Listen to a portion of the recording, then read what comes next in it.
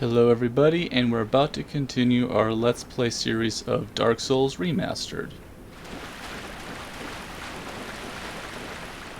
Now, we last left off rescuing Dusk of Ulasil. And now we're going to be working our way back to the Undead Parish.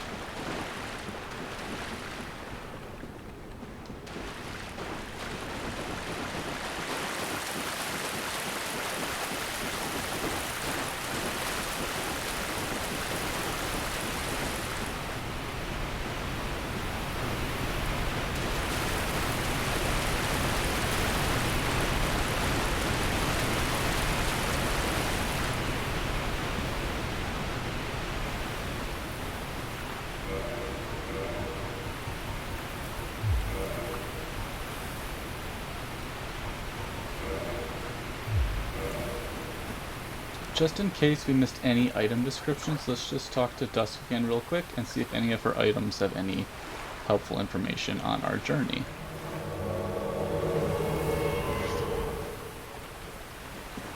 I shall. Ancient sorcery of the lost land of Ulasil called Hidden Body. Although perfectly invisibility is unachievable, due to the risk of dissipation, the caster need only stand still for a moment. Okay, I don't see any of that information helping our quest as far as any added information on Ulasil as far as potential whereabouts of Artorias. Okay, not too much going on with cast light, repair, or chameleon, or hidden weapon. Okay. If thou art in need.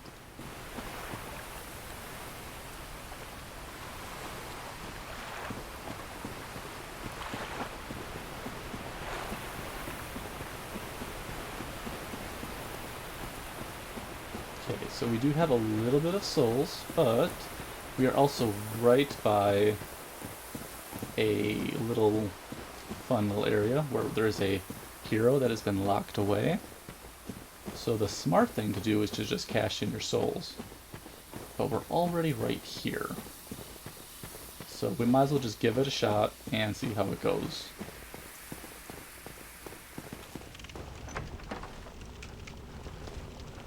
Okay. There is our hero. Best friend here's going to be backstabbing. It's going to take a little while though. Be very careful because he can literally pancake you.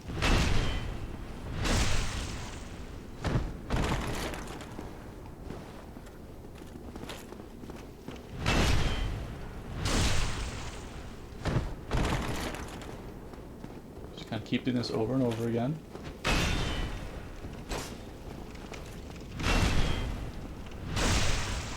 Maybe 3 more times, maybe 4. We'll find out more about this character as we go.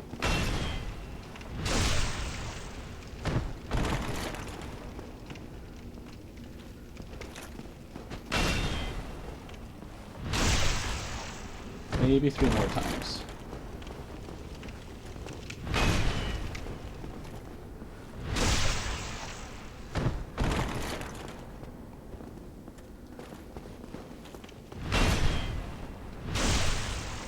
Okay, maybe just once more.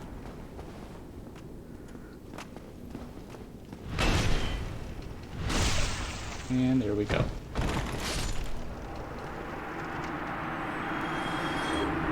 Okay, we've just picked up Havel's ring. Let's take a look. This might give us a great idea of who Havel actually is. This ring was named after Havel the Rock, Lord Gwyn's old battlefield compatriot. Havel's men wore the ring to express faith in their leader and to carry a heavier load. So, the cool thing about Havel's ring is that it will allow you to carry more equipment burden. So, for example, our current equip load is 13.5 out of 55. As you get closer to your equipment load, so if I were to put on more armor or have a heavier weapon, your equipment load is going to get heavier. So for example, if we just max all this out, throw on a claymore, throw on his Y-hander. Our equipment load is getting heavier. You throw on some armor, you throw on a helm, and now we are going to be much heavier than before, and there we have our fat roll. We are no longer nimble and athletic, we are overburdened.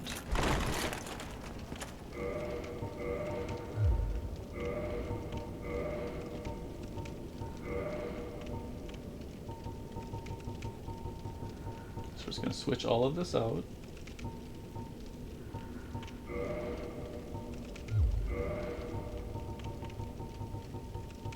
Okay, there we go.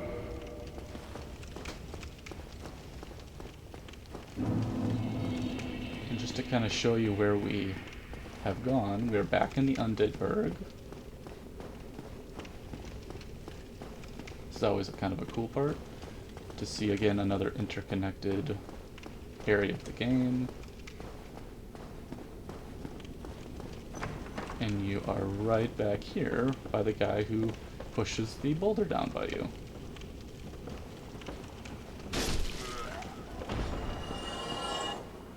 There we go. And if you kept going up there, you find the Taurus Demon. So this is right where we kind of were in the beginning of the game. Okay, we're gonna quick go back down and head back over to Andre the Blacksmith, as well as probably level up a little bit. And then we're gonna head on over to the Undead Parish.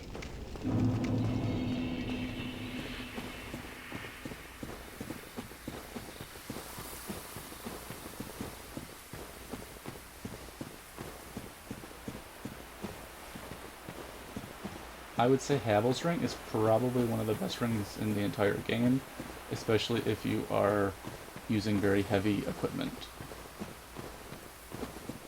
I don't anticipate that we'd actually be using it much, because I don't think we're going to be wearing heavy equipment or having very heavy weapons, but you never know.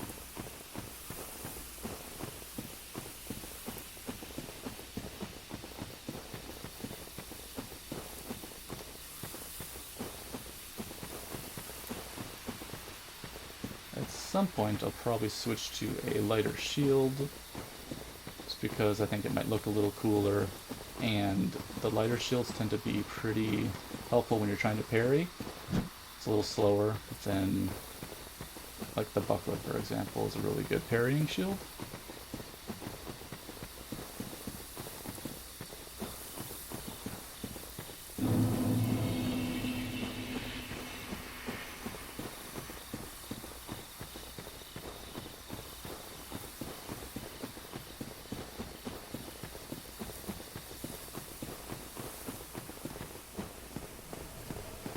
Okay, just keep running past the Titanite Demon. No need to really bother with this enemy just yet.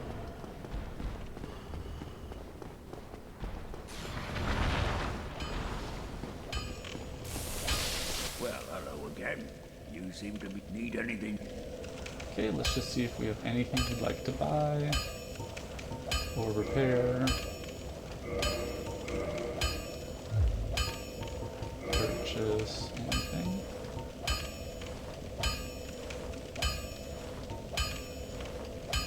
We might want to get this, the repair box, tool for repairing weapons, armor at a bonfire.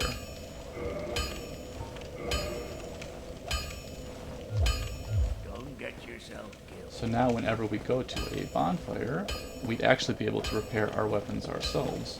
And that is helpful in a case that you would have been very far away from Andre, and now you're stuck in a spot and your weapon is broken. But then you can just go to a fire, and now you can actually repair your equipment. So this will be much easier going forward if we need to have to repair our equipment. Or our weapons, I should say. Okay, we can get 2 levels. We do need more endurance. And eventually we're going to start getting attunement, so just keep getting endurance up to closer to 20, and then we'll start working on attunement because we'll want multiple slots. Also need more dexterity. We just need so many things. It's always the fun part about starting a new playthrough. You need literally everything.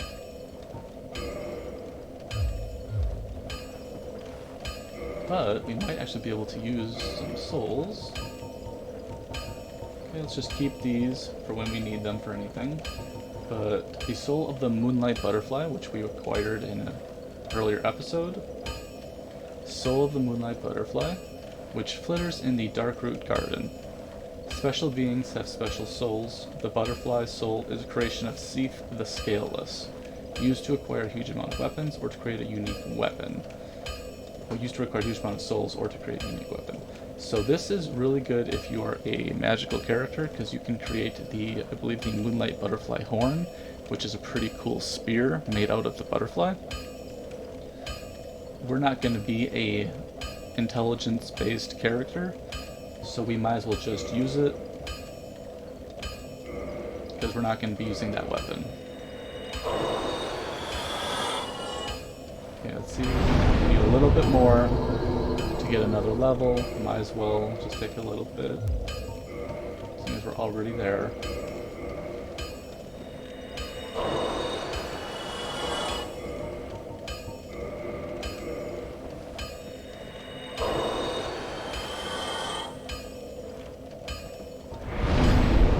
Get one more. Always need more endurance.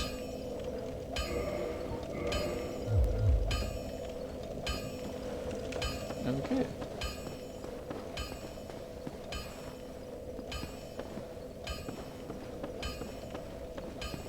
We're actually going to be switching out to our Dragon Crest shield because of a boss fight that is coming up soon. Fire protection will be very helpful.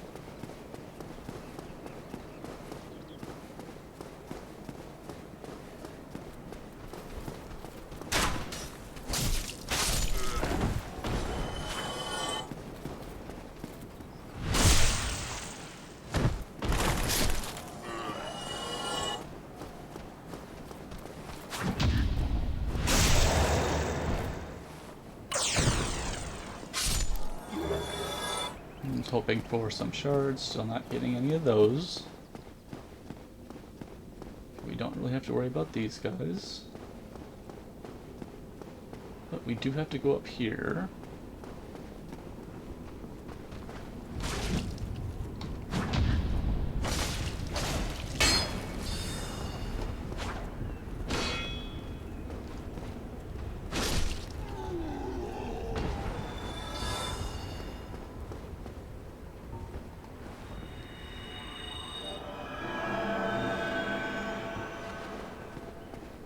Okay, so we have a channeler and all of these hollows to deal with now.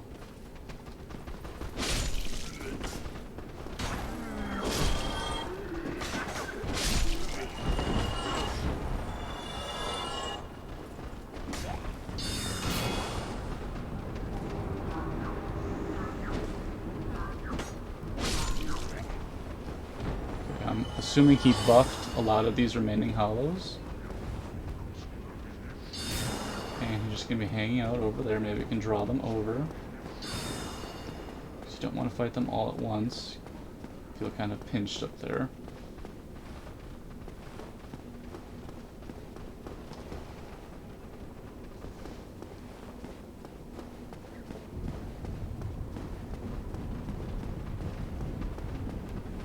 And they're all still there. Okay.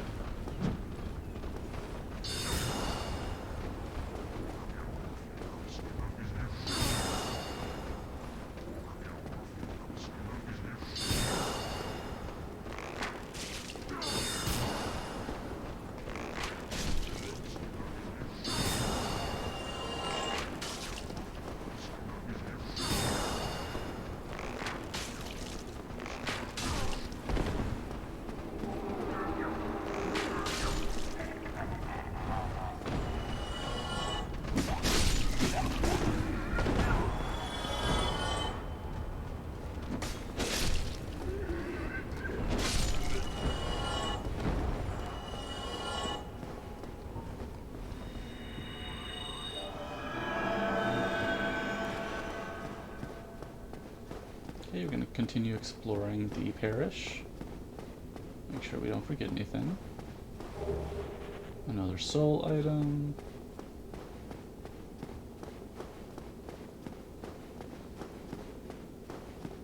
Okay, we'll go over there in a little bit.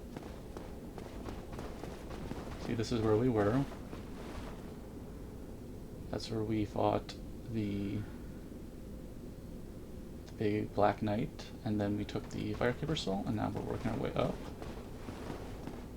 So we have another boulder knight over here.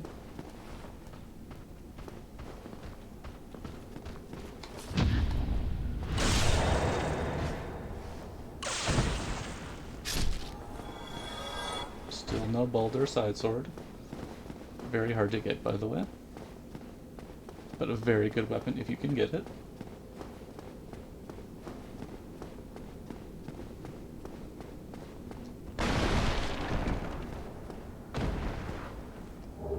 Okay, we got some more humanity, very helpful.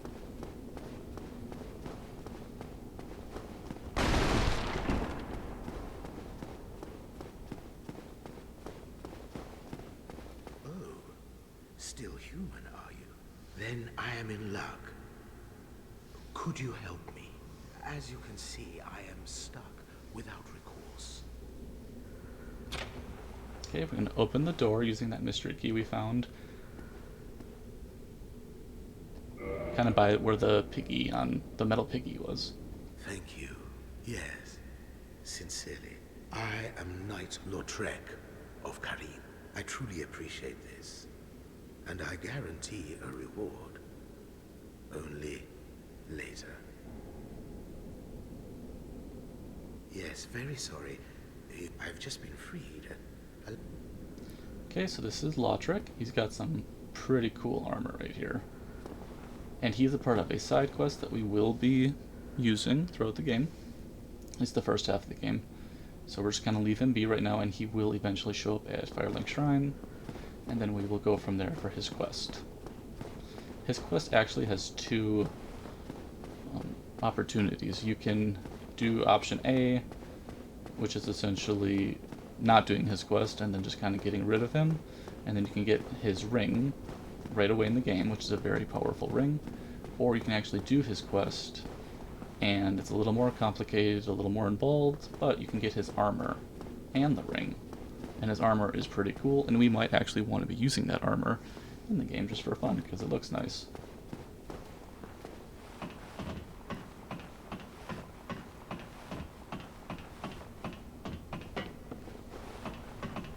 Okay, we're going to keep going up this ladder. Okay, so we can summon Solaire if we want to. Typically I don't summon for this fight, so let's just give it a shot without him and have some fun.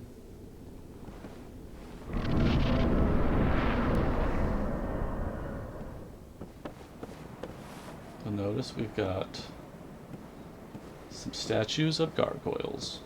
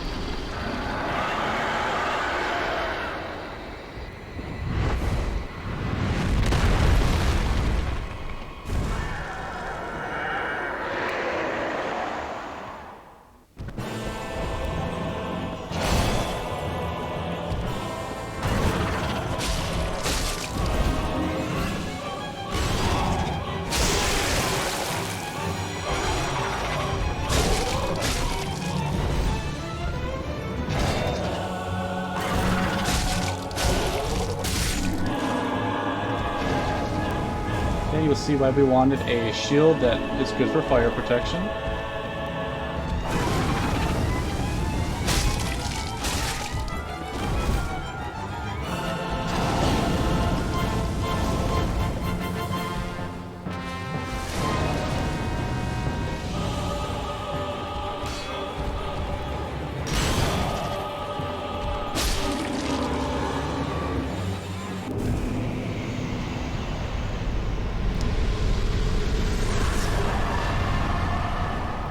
we might have been a little overpowered on this fight. I think our straight sword was doing some significant damage. So typically if you were to summon Solaire, he'd help you in the fight, and if he lives throughout the fight, you're going to get a gold medal, and if you are trying to get all the miracles in the game, having gold medals will be very helpful, because it helps with covenant situations.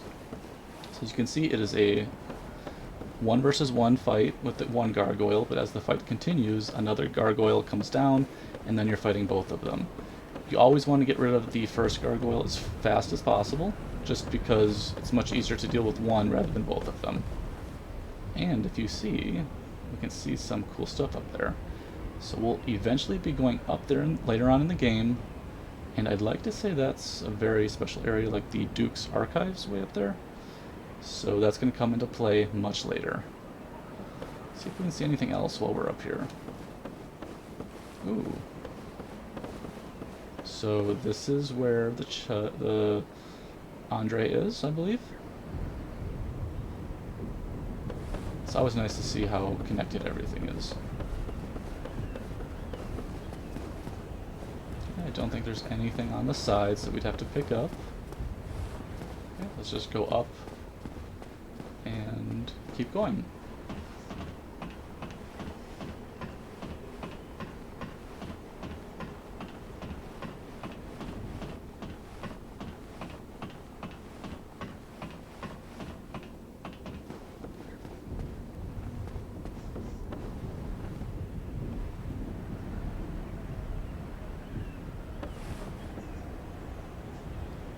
I think that might be potentially Sen's Fortress right there. I think that is Sen's Fortress. Again, another area later in the game.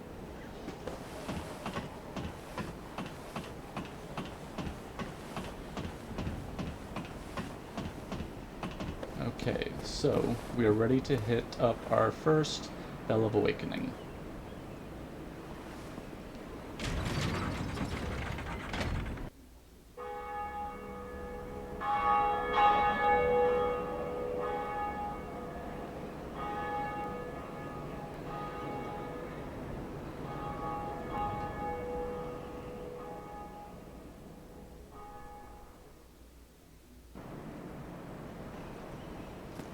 Okay, you'll notice that nothing really happens yet, because there's still another bell that we're going to have to be finding, and that is way in a different area, much lower. So we're going to have to go deep into the...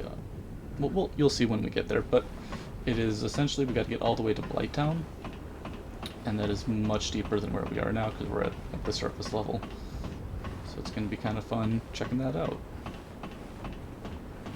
Kind of cool how there's a bell above ground and then a bell below ground. Greetings. I am Oswald of Careem, the Pardon. Thou art a friend. For thee, a warm welcome. Cometh thou to confess? Or to accuse? For indeed all sin is my domain.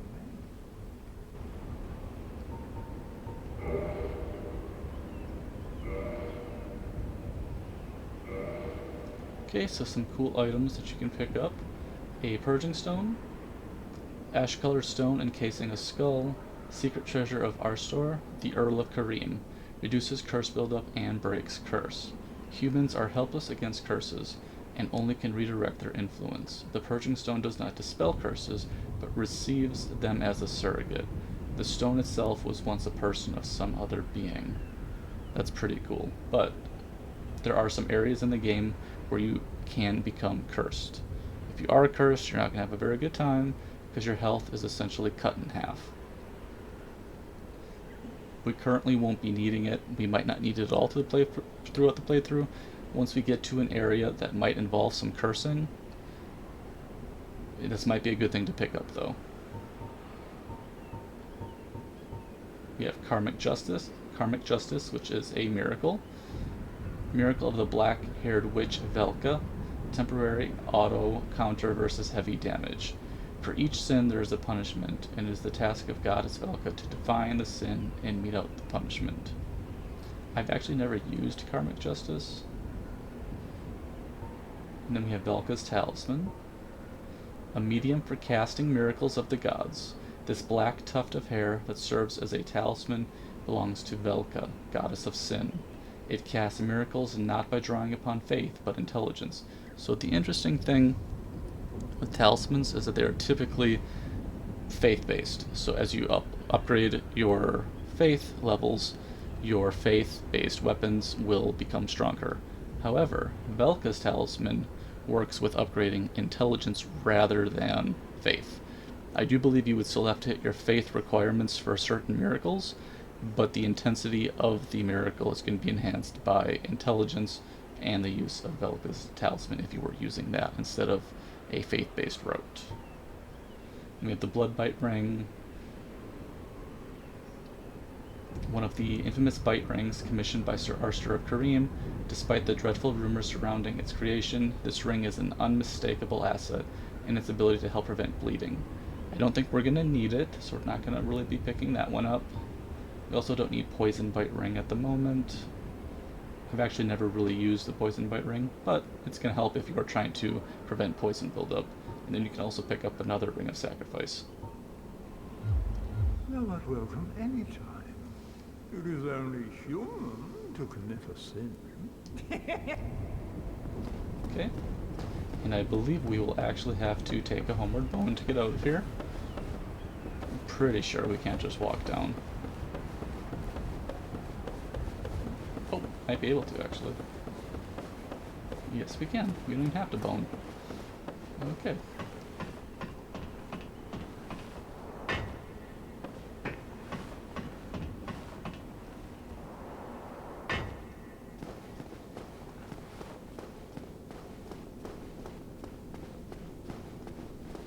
Oh boy, the Chandler is floating.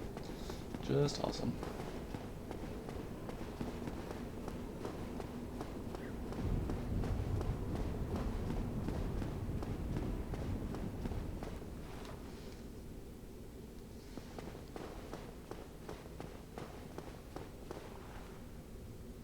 Might as well see if we can get the buckler or side sword while we're here, just in case. The odds are not in our favor, but you never know.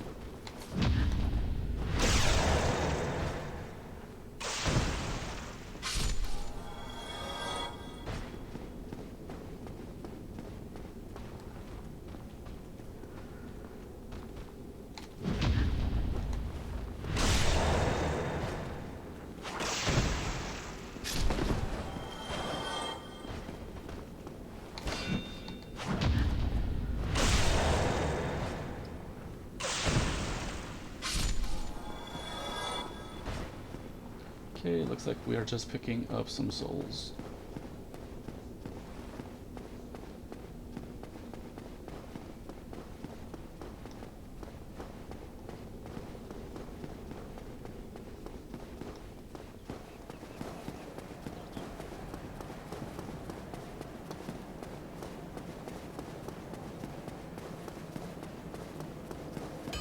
Okay, we'll just head back to the bonfire.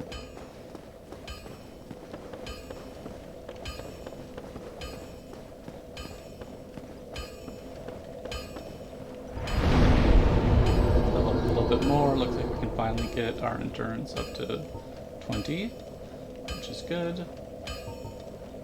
Let's do one in attunement just for, because we're going to be getting some slots and some items that we're going to be using shortly.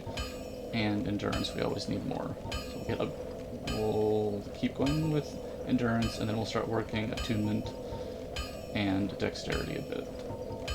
And then eventually we'll start working our faith.